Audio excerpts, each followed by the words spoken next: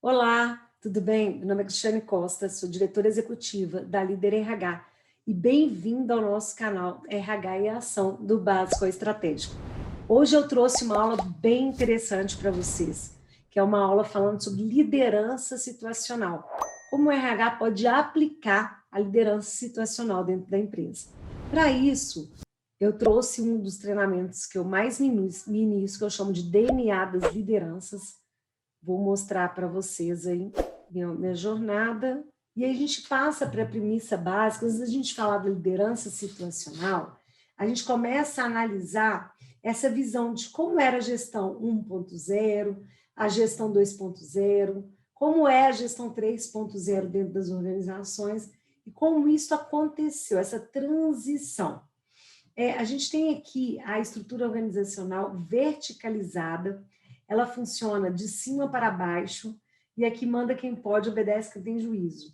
Aqui a gente faz uma visão, muita gestão 1.0, que é a visão de comando e controle, ou seja, as decisões elas são tomadas pelo CEO da empresa, pela diretoria da empresa, e essa diretoria ela comunicava para os demais. E estes demais, eles não participam desta tomada de decisão. Então, é top-down, ou seja, a decisão ela funciona também de forma verticalizada. Interessante aqui que a estrutura de organograma ela é bem detalhada e nós temos a base aí, que são os funcionários, ou seja, então era só replicar aquela visão de decisão e os demais só executavam. Aqui a estrutura organizacional, ela é compartimentalizada. Nós falamos que aqui ela funciona em blocos, estanques de mão de obra especializada. Aqui vale a máxima, cada um com seus problemas. Mas o interessante, que como vocês podem ver nessa figura, cada um tomava conta do seu, né? Então, ou seja, você é responsável pelo seu resultado. Não, a gente não fazia uma análise do todo aqui. O todo não importava, a equipe não importava. O que importa é o meu trabalho, a entrega do meu trabalho em relação ao que eu tenho que desenvolver, ao que eu tenho que entregar, a minha performance. Aqui também é um modelo muito do gestão 1.0, tá? De comando e controle, e lá embaixo, na base, eu só tinha que fazer a execução. Eu era pago para replicar e para executar, não para pensar estrategicamente em como melhorar aquele sistema. Aqui a gente já muda um pouco, que a gente chama de uma estrutura organizacional complexa. Ela funciona nessa visão de rede e vale a máxima e a união faz a força.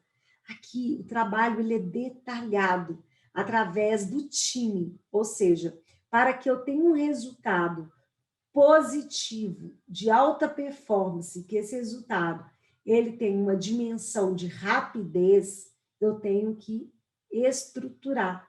É como se funcionasse em squads, tá, de trabalho. Aqui já é uma visão muito da gestão 3.0 aí, onde todos participam ativamente do contexto de tomada de decisão, de análise e de execução.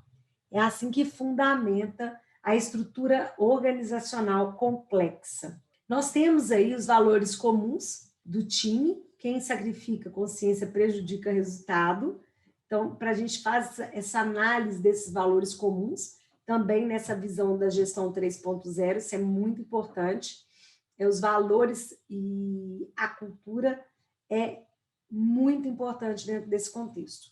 Nós temos aí coordenação estratégica, então a gente faz essa análise.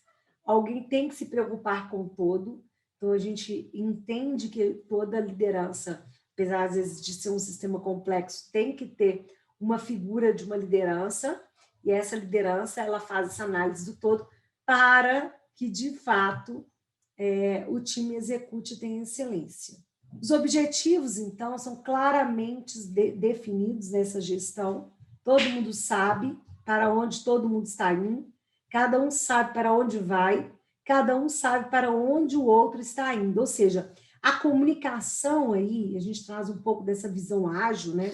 ela é difundida e o time todo se comunica e entende o que está sendo feito, o que precisa fazer e o que já foi feito aí dentro daquela análise de projeto, dentro daquela análise de solicitação do que deve ser feito. E nós temos aí o que a gente chama também da liderança situacional.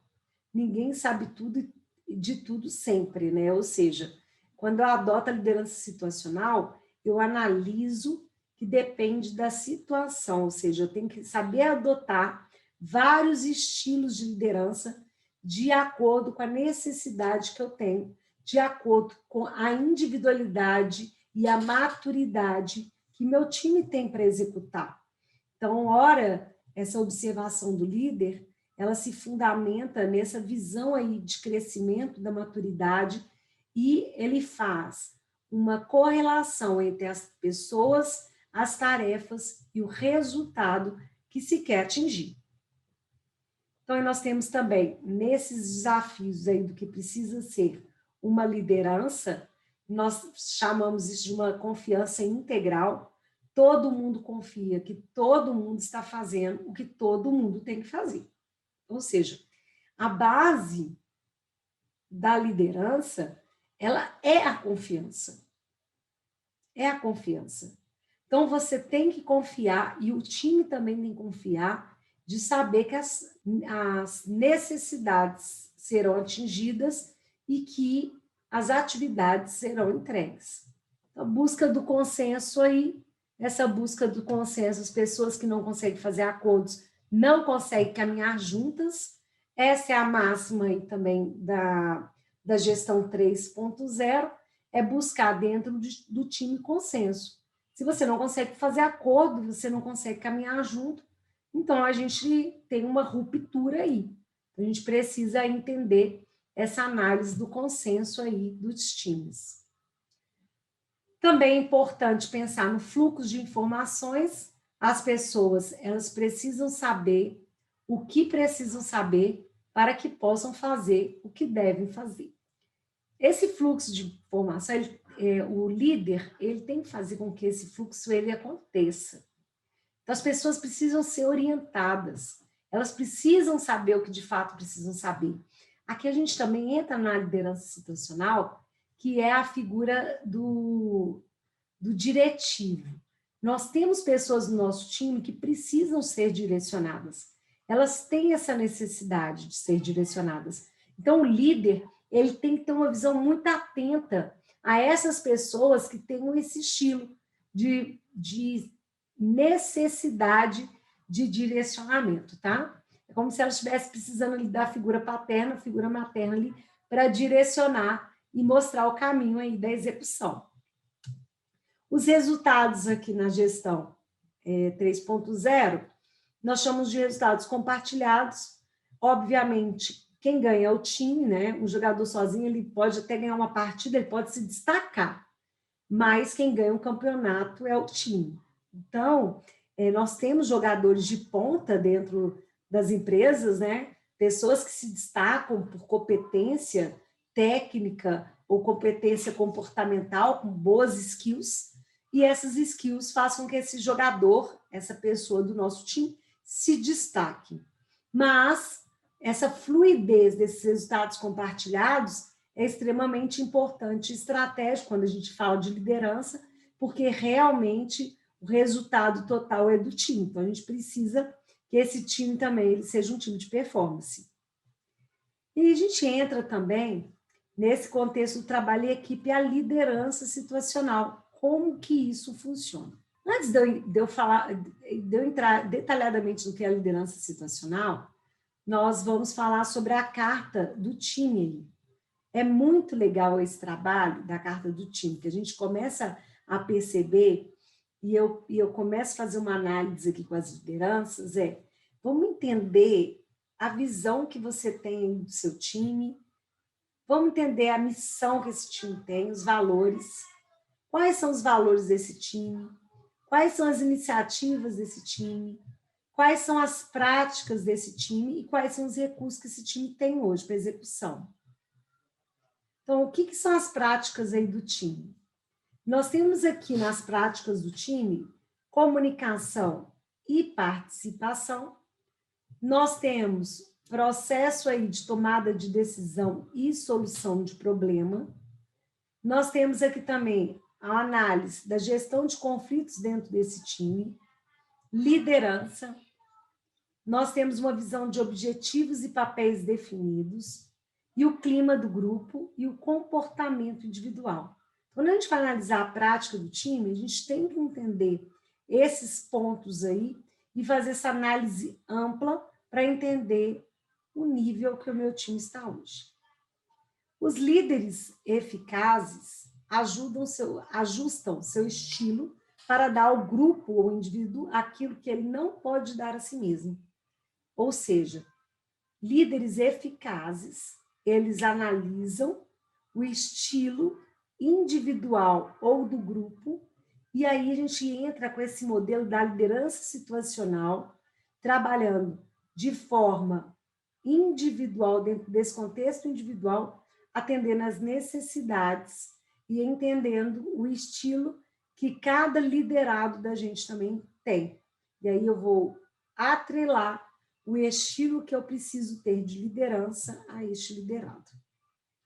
A gente tem aí um dos pontos, tá? Do empower, a gente chama do empoderar. É compartilhar informação. Também extremamente estratégico. Porque as pessoas sem informação, elas não podem agir com responsabilidade.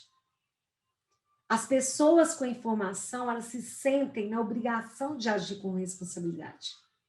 Compartilhar informação cria laços de confiança. E compartilhar informação promove aprendizado. Tornar a própria informação obsoleta torna as pessoas mais competitivas. Então, tomem cuidado com isso. Não é só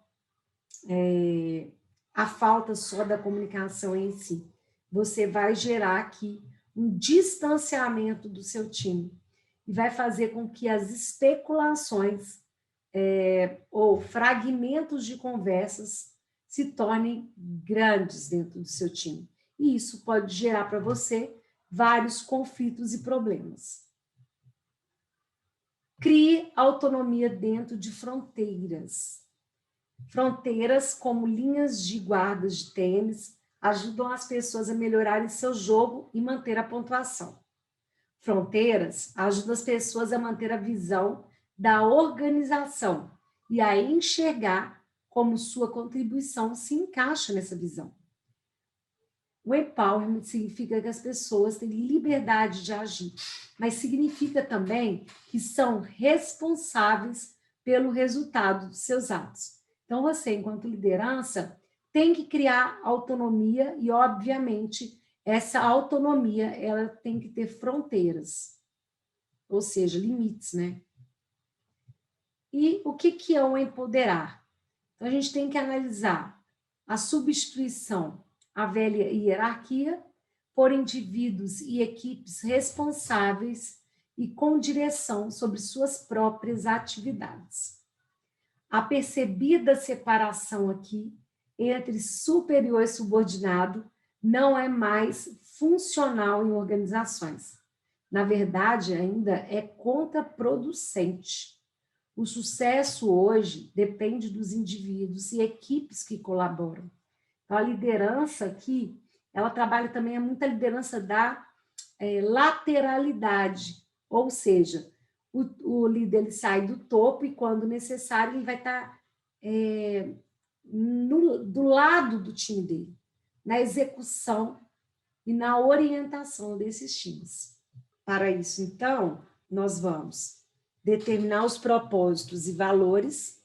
Aí você pode fazer o SMART aí, estabelecendo objetivos e papéis, levantar aquela carta do time, faça o diagnóstico do estágio de desenvolvimento. Nós temos um diagnóstico, estágio de desenvolvimento, para ver o nível de maturidade do seu time e o estilo presencial desse líder para os liderados. Use o estilo de liderança apropriado. Nós temos que ter a visão da direção, do coaching, do suporte e da delegação. reconheça e monitore o progresso da jornada do empowerment, para você entender o passo a passo que você precisa ter e fazer para que seu time se torne empoderado.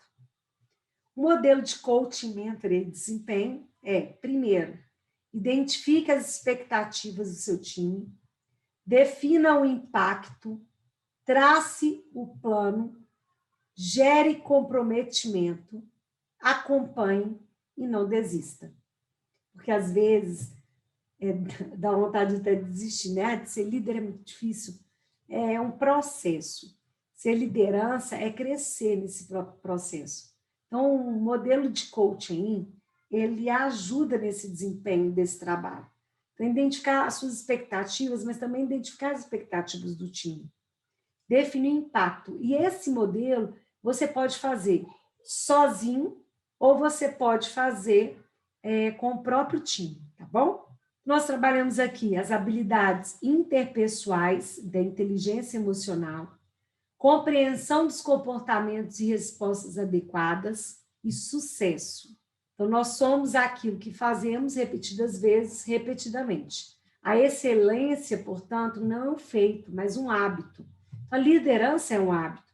Você pode desenvolver, sim, uma forma de liderar mais adequada, atendendo os estilos e as necessidades do seu time. Então, nós temos aqui uma liderança, um trabalho em equipe, comunicação, negociação e influência. Esse é o modelo cíclico que você deve se preocupar, tá? Nessa execução aí. Coloquei aqui para você como que isso funciona.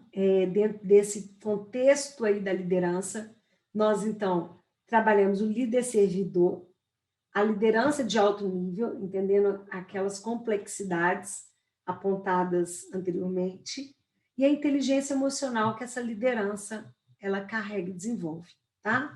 Então, o primeiro passo aí é a gente trabalhar o autoconhecimento, a autodisciplina, a gestão de si próprio, consciência social, essa consciência do time e a gestão de relacionamentos. Então, para você trabalhar essa liderança, você tem que focar nesses 4 aspectos aí. Liderança e estilos caminho das pedras. Vamos analisar um pouquinho aí a empresa aí do século XXI. Nós temos que ser rápidos, inovadores, uma empresa criativa e flexível, assim como todos aqueles que lideram e gerenciam. Pessoas no processo e negócios. A atitude e energia do líder e do gestor de pessoas. A liderança é um campo de interação. É mais interpessoal do que pessoal. A tarefa central, desenvolvimento de um sólido relacionamento profissional com outros. Líderes e gestores transformam fracassos em oportunidades, não desistem diante de contrariedades e tentam sempre aprender algo. Então, a gente trabalha a visão de competência, mais o conhecimento aplicado, mais habilidade, mais atitude. Aí a gente tem um somatório em ação que diferencia umas pessoas das outras. Então, há 3 estilos de liderança, né? Primeiro, quem sou eu, na qual o líder se expõe como profissional e pessoa. Aqui seria o 2, né? Para onde caminhamos, o caminho que a organização objetiva seguir. E aí nós temos alguns pontos aqui. Qual é o seu estilo de liderança? Nós temos a liderança autoritária, ou que passa autoridade, a liderança perfeccionista, o que a gente chama de tolerante, liderança ética ou manipuladora, liderança que inspira a aprender e a liderança participativa e motivadora. No líder autocrático aí, manda, ele proíbe, ele ameaça, ele exige, ele castiga, ele é autoritário e concentra o poder de decisão, dita sozinho as normas e atividades, é autossuficiente, não promove lideranças e não estimula iniciativa. O líder liberal não toma iniciativa, não assume, não dirige e não coordena, delega as definições finais. O líder participativo, ele já valoriza as ideias e iniciativas, ele coordena, ele envolve, ele promove a participação e a cooperação, ele cria um clima de liberdade, de comunicação aberta e verdadeira integração. Aí a gente analisa qual dessas lideranças é você, né? Cabeça aí nas nuvens, estratégia, longo prazo, intangível, sonho e visão, qualitativo, visão sistêmica, erros, incertezas, imprevisibilidade, contextos amplos. Ou pés no chão, uma visão mais tática a curto prazo, tangível, tem um plano quantitativo, visão linear, certezas versus previsibilidade, operacionalidade, contextos restritos. O círculo da liderança, então, que a gente fala, é o cuidado, a aprendizagem, a apreciação, a contribuição, a verbalização, liderança e o sucesso. O círculo da liderança. Primeiro, então, o cuidado. Tenha interesse pelas pessoas. Procure valor em cada pessoa. Ponha-se no lugar dos outros. A aprendizagem. Conheça as pessoas. Conhecer seus colegas, superiores e subordinados. É um processo fundamental para exercer liderança. Terceiro, apreciação. Respeite as pessoas. Devemos sempre esperar o melhor das pessoas e respeitá-las. O quarto é a contribuição. Agregue valor às pessoas. Preencha a lacuna das pessoas, o que elas precisam. Invista no crescimento dos seus colegas. Caminhe com eles. O quinto é a verbalização. Dê afirmação às pessoas. Elogie seus pontos fortes. Reconheça o que eles realizam. Digam coisas positivas sobre eles para seus colegas. Sexto, liderança. Influencie as pessoas. Se desejar, torna-se um líder de verdade. Você precisa ajudar as pessoas a vencerem. Sétimo, sucesso. Vença com as pessoas. Grandes líderes não usam as pessoas para que possam vencer. Eles lideram pessoas para que todos possam vencer juntos. Então, esse é o círculo da liderança. O foco, gente, vai ser sempre nas pessoas. Hoje o foco são as pessoas. Depois a gente aprende ao desenvolvimento do processo para ter lucro, ter outras visões, mas hoje as pessoas elas têm um foco muito importante, porque elas alimentam esse processo. Protejam as pessoas que elas protegerão seu CNPJ. É hora de mudar, então. Para isso, você, enquanto líder, você precisa ter autoconhecimento. Você precisa aprender a fazer sua gestão pessoal. Então, aqui entra a parte financeira, a parte socioafetiva, a parte espiritual, saúde física, profissional e intelectual. A responsabilidade vai ser sempre sua. Obviamente, você pode ter uma mentoria nesse processo, você pode ter um processo direcionado aí para que você tenha liderança, trabalhando as competências de conhecimento, trabalhando as competências da habilidade de colocar em prática as ferramentas para você aprender e desenvolver. E você tem também que ter uma atitude para a execução dessa liderança. Então, aprender liderança é aprender fazendo, mas fazendo com conhecimento, fazendo com habilidade, procurando base para você ter uma liderança mais forte e positiva. Para isso, a gente precisa usar a inteligência emocional. A inteligência emocional, ela vem com um aparato aí para que essa liderança seja uma liderança assertiva. E para todo esse processo, quando a gente fala da inteligência emocional, às vezes vem a negação para a mudança, a negação desse mindset, desse entendimento. Nós temos que, depois dessa negação, dessa primeira, não vai dar certo, eu não vou conseguir, é muito difícil, eu vou ficar sendo julgado. Não, passa por fases. Então, você pode ter essa fase da negação, mas você tem que trabalhar a fase do entendimento. Depois da fase do entendimento, vem a aceitação.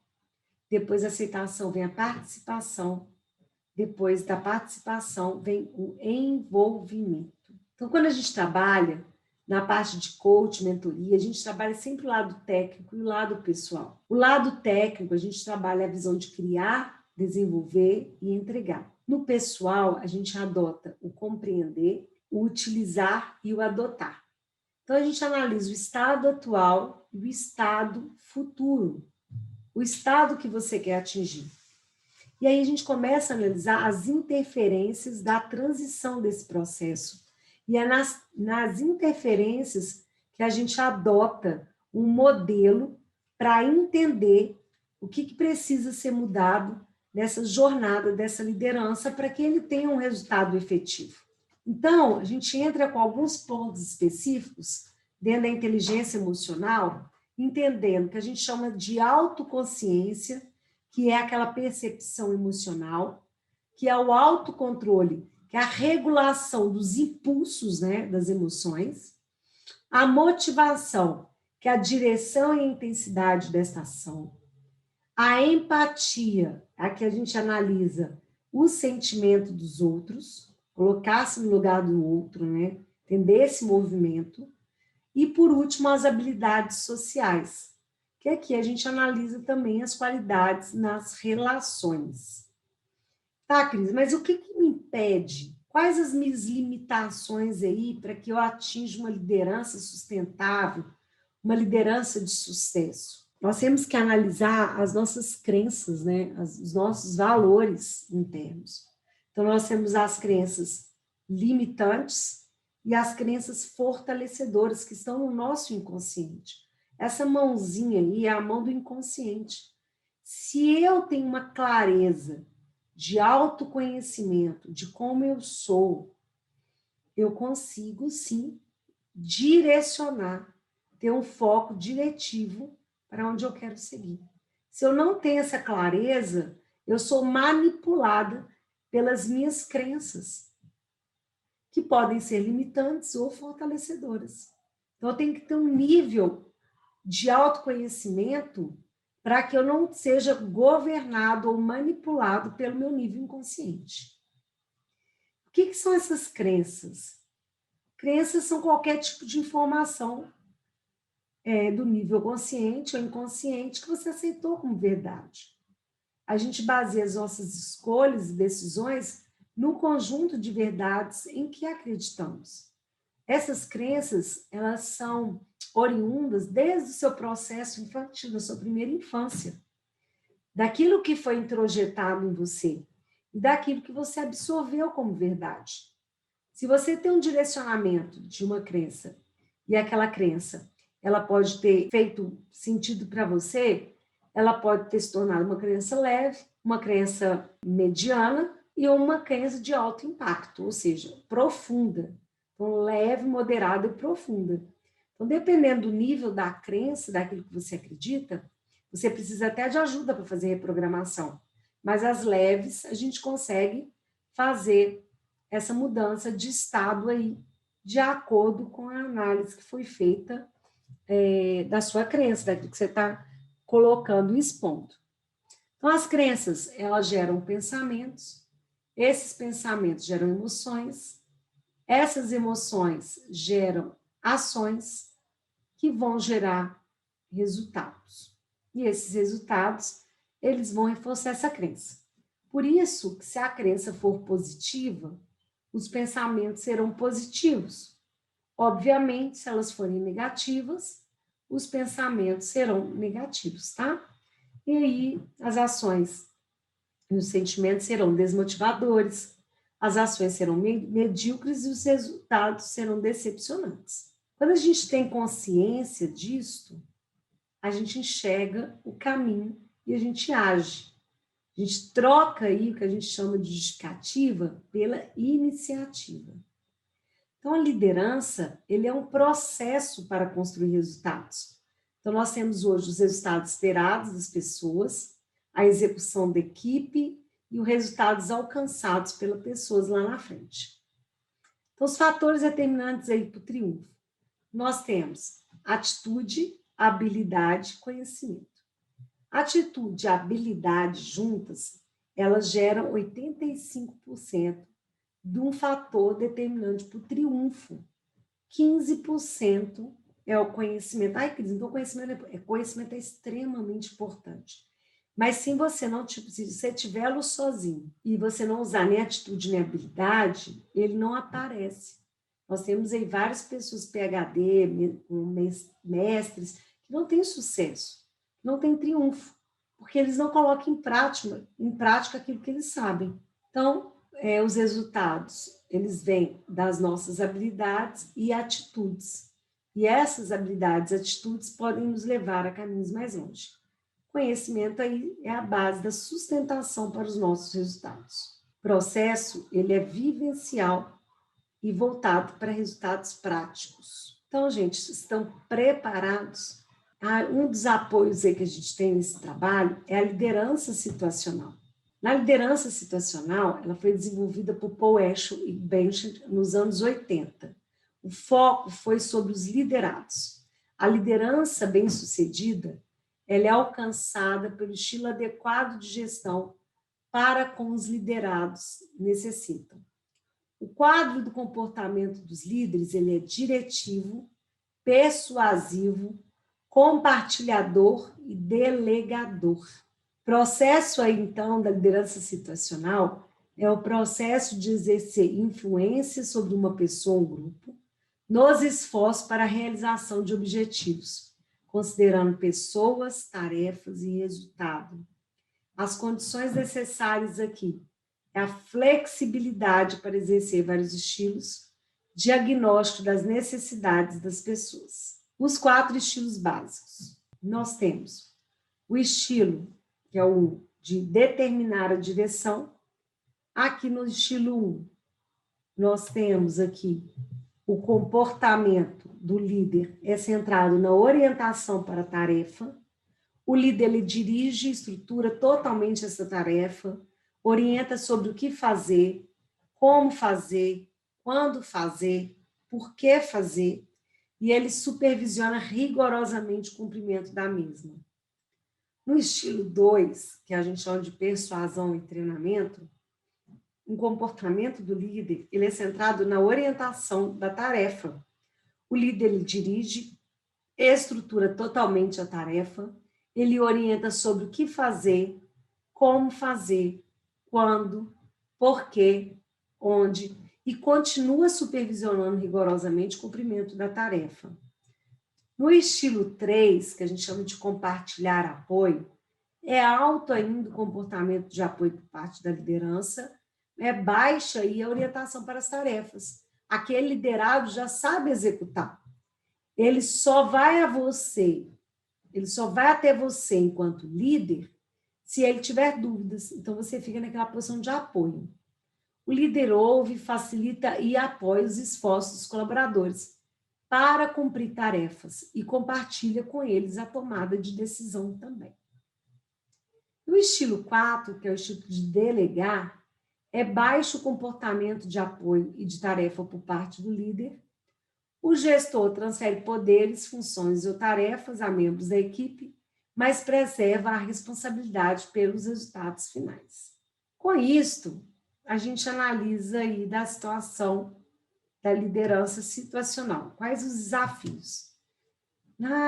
Um desses desafios é ter a capacidade de adaptação que o líder precisa ter. Ora, esse líder tem que delegar, ora ele tem que ser diretivo, ora ele tem que ser o treinador, e ora ele tem que ter o apoio. Então, ele tem essa capacidade de adaptação, de ir para os vários estilos. É interessante você ter um pouco de cada. Tem líder que tem mais dificuldade de ser um líder delegador. Ele pode ser até apoiador, mas delegar completamente uma tarefa de execução, às vezes, é mais difícil. Mas ele tem que entender o nível de maturidade do time dele para fazer esse tipo de entrega. Ter uma comunicação diversificada, conhecer ferramentas de gerenciamento para poder analisar e entender a maturidade do time, distribuir bem as tarefas. Aqui, você tem que ter uma análise muito do processo de comunicação para entender se aquela pessoa sabe executar aquela tarefa. Não é só perguntar, é trazer essa pessoa para o processo. Ok, Fernando, como você vai fazer essa tarefa? Então, eu preciso que você execute isso. Como você vai fazer? E aí, quando essa pessoa responder o processo para você, você vai analisar se a resposta daquilo que ela entende ser o processo é adequado ou não é adequado. Se ela, de fato, sabe fazer ou não sabe fazer aquela entrega. Você vai analisar os elementos das tarefas e diagnosticar a equipe. A liderança situacional, ela tem esse contexto do nivelamento tanto da maturidade destes liderados, quanto do estilo de liderança. Quando você percebe isso, facilita muito o teu contexto, para você evitar conflitos dentro desse time. Se você é um líder mais diretivo e sua equipe está lá no nível 4, que é o nível de delegação, já sabe executar, se você for diretivo demais, eles vão achar que você é um líder chato. Se você for um líder que delega, mas o nível de maturidade do seu time está lá no diretivo, ou seja, eles adoram o líder ali, eles vão achar que você é um líder que delarga, que deixa o time solto. Então, a gente tem que mapear isso enquanto liderança para evitar esse tipo de problema nos nossos processos. Eu espero que você tenha gostado, curta esta aula, marque aqui o sininho para os nossos próximos vídeos, tá bom? Obrigada, até o próximo.